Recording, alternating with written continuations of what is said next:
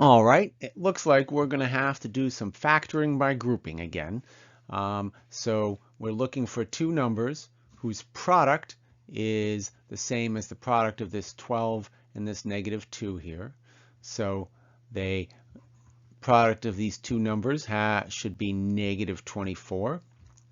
And furthermore, the sum of these two numbers is going to be -5, which we get from looking at the middle term there.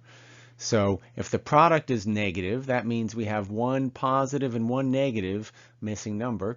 And if the sum is negative, that means the bigger of those two numbers is going to be the negative one. So let's start listing factors of 24.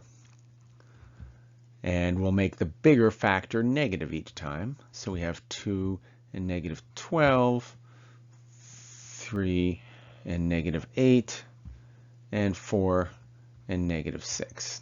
Lots of factors for our 24. So the sums of these two numbers are, we need to find a sum that's up to -5. So clearly this first pair isn't going to cut the mustard. Neither is the second one. But the third one is our lucky winner. So 3 and -8 are going to be the two numbers that we use to split up that middle term. We don't even need to pay attention to 4 and -6 because we know they aren't it. So I'm going to split this up, 12y squared, and I can put this 3 and this -8 in either order. I'm going to put the -8y first because sometimes it's a little easier to put the negative to have a positive in the middle here. Then I group these guys.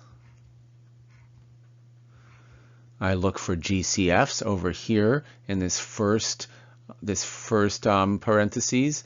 My common factor is going to be a 4y.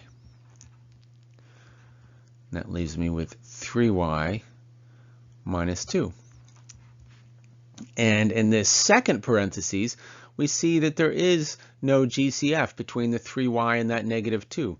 But we need to put something there, so we'll put the 1. We'll put a 1. Because when there's no GCF, any two numbers always share a factor of 1. So when all else fails, take out a 1. So next step, we put this 3y minus 2 out front here. And what I'm left with is the 4y plus 1. So it's fully factored. Now I use the 0 property to find my solutions. If 3y minus 2 equal to 0, or 4y plus 1 equals 0. I solve each one for x, or for y, I'm sorry. So 3y is equal to 2, which means that one of my solutions is 2/3. Over here, we work on this 4y plus 1 by subtracting the 1. So 4y is equal to -1. We divide out that 4, causing a little bit of cancellation to happen. And we see that our other solution is -1/4.